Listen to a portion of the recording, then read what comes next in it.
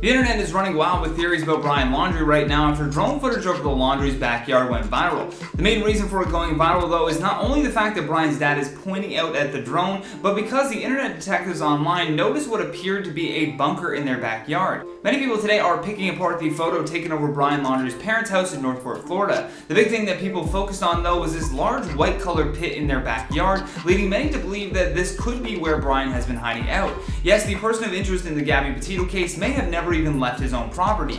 The photo that has been widely shared on Twitter shows Chris and his wife Roberta Laundrie, with Chris, as I mentioned, pointing out the fact that they are being watched by a drone. The person who shared the image tweeted and said, "Brian Laundrie's father noticed the drone and pointed at it. He then informed his wife Roberta and then quickly retreated inside their home." Many people were quick in the replies to suggest that this could be some kind of bunker that would be hiding Brian. One user replied, "Why does the Laundrie backyard have what resembles a bunker hatch in the center? Looks to even have door pulls on it even. I used to have a survival bunker and that is sure what the hatch looked like." Although many people from Florida said that if you dig even 4 feet, you're bound to hit water, so that could explain away this bunker theory, but it's not entirely impossible for there to be bunkers in Florida. I mean, there was the Cold War era, and according to one user who did a lot of research into this, they said, "This subdivision was built up for utilities and there are plenty of built-in pools, but there are bunkers, survival and storm shelters all over the place, and businesses who sell them. Also, the government literally put them in for people in the 50s there."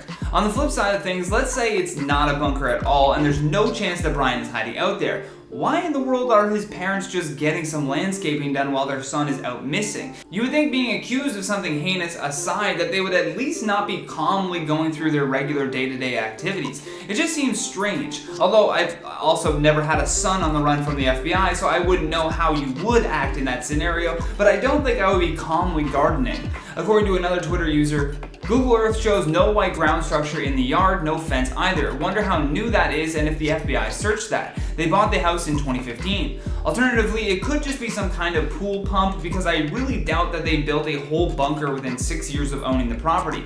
Plus, new details have emerged that uncovered Brian's earlier movements as well as traces of human activity at the nature reserve where people have been focusing this massive search. According to CNN, police have apparently found the remnants of a campsite that looks like it was used recently at the Carlton Reserve. What's strange though is that because the campsite has been closed for investigation, they didn't even allow the search to include Brian's father, which is weird because he's believed to actually know the trails that his son would often hike. Laundrie's father had been asked to show law enforcement the trails at the reserve, but police decided to restrict the search to not include Chris Laundrie. What's also weird and worth mentioning here is that the Laundries have also changed their story. They now believe that they last saw Brian on September 13th, which is a date earlier than they had initially told investigators. Their lawyer Stephen Bertolino said, "The Laundries were basing the date Brian left on their recollection of certain events. Upon further communication with the FBI and confirmation of the Mustang being at the Laundrie residence on Wednesday, September 15th, we now believe the day Brian left to hike in the preserve was Monday, September 13th. Interestingly enough though, he also provided a reason for why Brian had left Gabby in the middle of their cross-country road trip just weeks before her body was discovered at a camping area in Wyoming. Brian flew home to Tampa from SLC on August 17th and returned to SLC on August 23rd to rejoin Gabby. To my knowledge, Brian and Gabby paid for the flights as they were sharing expenses. Brian flew home to obtain some items and empty and close the storage unit to save money as they contemplated extending the road trip." Brian Laundrie's father, Christopher Laundrie, has just joined the search to find his missing son, who has been named as a person of interest in the disappearance of Gabby. He was previously barred from searching the area because of police restrictions. Chris Laundrie was witnessed leaving his home in Northport, Florida, wearing long pants, a ball cap, and carrying a plastic bag. He then left the family home in his red truck and joined law enforcement agencies at the Miakachi Creek Environmental Park. This area is part of the Carlton Reserve where Brian had said that he was going. Reporters that were standing outside the Laundrie residence asked the lawyer Stephen Bertolino where Mr. Laundrie was headed, and he confirmed that he believed that he was going to help them search. According to reports, Chris arrived at the park around 10:30 a.m. and Mr. Bertolino told Fox News, "Chris Laundrie was asked to assist law enforcement in their search for Brian at the preserve today. Since the preserve has been closed to the public, Chris has not been able to look for Brian in the only place Chris and Roberta believe Brian may be." This was back on Wednesday when he was not involved with the search, but said that he and his wife are hopeful there will be another opportunity to assist them. Their lawyer also noted that the police had to postpone Chris from participating in the search. Josh Taylor, the Northport Police Department's chief spokesperson, explained why this would be the case and said, "In no world would we be the agency asking the family to help search in an FBI-led investigation," which makes a lot of sense, but if Chris said that he knew the trails that Brian would frequent, you would think that he'd be upfront with that information to the FBI.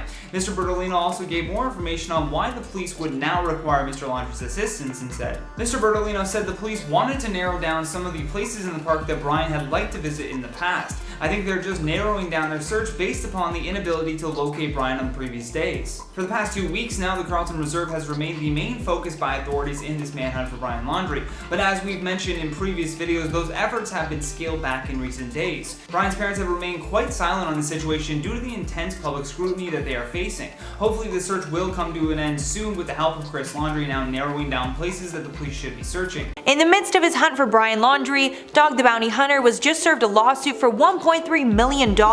This suit accused Dog of racist and homophobic behavior, along with defamation. Not only was Dwayne aka Dog Chapman served this lawsuit on October 7th, the Sun claims that they have captured footage of the moment Dog received the lawsuit. The suit was from the network Unleashed Entertainment that was set to air a new series featuring Chapman called Dog Unleashed, as well as the owner of the network, president and CEO, Michael Donovan. The suit accuses Dog of breach of contract and alleges the show was cancelled because Dog made racist outbursts, as well as carried an illegal taser while filming in Virginia. The suit claims that Dog used a laser to intimidate his way into someone's home.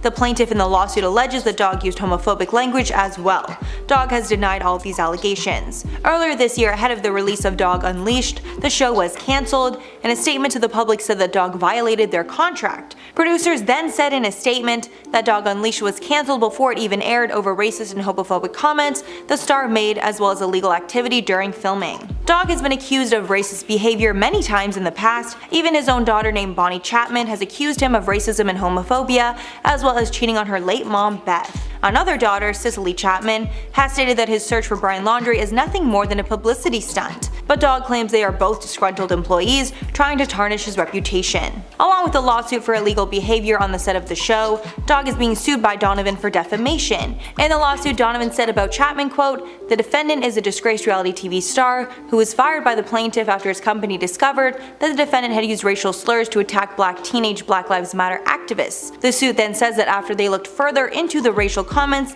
they discovered the illegal activity of Dog holstering a taser during filming in Virginia. This is illegal because Dog has been convicted of a violent crime in the past. If you didn't already know, Dog served a year and a half in prison for murder because he was in the same car when his friend shot and killed someone else. The lawsuit continued to claim that Dog is, quote, "engaged in a course of conduct to lash out at plaintiff for terminating his contract, and the conduct has led to the defendant committing the tort of defamation." This is in reference to 2 tweets that Dog posted about the situation in April. In these tweets, he claimed that the studio was trying to steal from him, which the plaintiff states is accusing the studio of illegal activity. They claim Dog was also attempting to damage their reputation. Michael Donovan is requesting that Dog pay $1.3 million, as well as attorney's fees and court costs. Dog's reps gave a statement to The Sun where they claimed that Mike Donovan was making malicious and bogus claims without any merit. As of right now, the hunt for Brian Laundrie is still on, and while authorities search for him, many news outlets are highlighting the suspicious things that Brian did in the months before his fiancée Gabby Petito was found dead in Wyoming. For starters, the 23-year-old fugitive had uploaded some pretty sinister-looking artwork to his social media pages. He described himself as a comic book fan, but among his various Instagram posts were a lot of very bizarre drawings. A majority of this artwork was shared just months before he began his cross-country trip with Gabby. This one piece especially was chilling. It shows a man wearing a wolf mask holding a blood-soaked knife, as the character's pants and jacket are also covered in blood splatters. Another post from back in July 2020 was captioned with Grim Reaper leading sheep to the slaughter and a mousetrap. This one had a herd of sheep surrounded by figures wielding scythes. In another Instagram post, he said that he and Gabby had been reading the horror satire novel called Lullaby by Chuck Palahniuk. In the caption, he writes, "Reading is different than any other consumption of media. It takes more effort than staring at a screen half alive. It allows you to use your brain rather than melt it, and there is no author more stimulating to me than Chuck Palahniuk." The book also tells the story of a journalist who is writing this article about crib death and notices a bizarre connection to the deaths of his own wife and infant. He then becomes a serial killer who kills people over minor annoying things. In another snap, he is slicing an apple while reading a book called Rant. This was a book that is told in the form of an oral biography and is based around a high school rebel. In the synopsis, it's described as a mind-bending vision of the future as only Chuck Palahniuk could imagine. So, he really likes this author. In the caption, Laundrie wrote, "The effing craziest out of all of Chuck's books on my shelf. I can't fathom how he must have written this one. I'd love to preach all of the insane twists and turns, but all I can say is that I'll never forget the name Grant Casey or Green Taylor Sims. And according to the timeline, Laundrie also returned to Florida on August 17th, just days before he and Gabby had an incident outside of a grocery store in Moab. He then apparently had left a motel in Salt Lake City to help his father, Chris Laundrie, empty out a storage unit that contained Gabby's possessions. He then returned to Utah, where he and Gabby would both check out of their hotel on August 24th. In a statement to the press, the Laundrie family lawyer confirmed this timeline and explained further by saying, Brian flew home to Tampa from SLC on August 17th and returned to SLC on August 23rd to rejoin Gabby. To my knowledge, Brian and Gabby paid for the flights as they were sharing expenses. Brian flew home to obtain some items and empty and close a storage unit to save money as they contemplated extending the road trip. What many people were curious about though was what this locker had inside of it. Why would he need to go back to that locker and empty out that locker if it supposedly had just Gabby's belongings in it? You'd think that she'd want to come along for the ride for that one. By August 25th, just a couple days after Brian returned, some of Gabby's last text messages were sent to her family as they reached the Grand Teton National Park in Wyoming. Weeks later, on September 19th, Gabby's remains were found. A woman named Jessica Schultz also claimed to have spotted a man she believed to be Brian and said that he was acting weird where Gabby's body was found. I also saw some other YouTube channels going more in depth with that video that was taken by those other van life YouTubers that showed Gabby's van parked on the side of the road. What's shocking is that as their vehicle is approaching the white Ford Transit van, you can actually see the back door of the van closing. And Jessica Schultz said that she had seen Brian in the van on August 26th and claimed that she saw the vehicle again on two other occasions, the 27th and the 28th. She went on to say, you know when you're out in the middle of nowhere, your hackles go up when you see something that's out of the ordinary. On top of that, his own sister, Cassie Laundrie, said that her brother and her parents went camping on September 6th, just 75 miles from their home in Northport, Florida. But according to her, they only stayed on the campsite for 6 hours. She also claimed that Brian didn't mention Gabby's name once the entire time. And when speaking to reporters outside of the family home, she said, I am losing my parents and my brother and my children's aunt and my future sister-in-law on top of this. And when asked to clarify what she meant by losing her parents, Cassie added, they're not talking to us either, followed by, if I knew I would say, I don't know, when asked why not. So far, there have been dozens of sightings of who people believe to be Brian Laundrie, and even Dog the Bounty Hunter has joined in on this search. These things that Brian did though are definitely all very suspicious.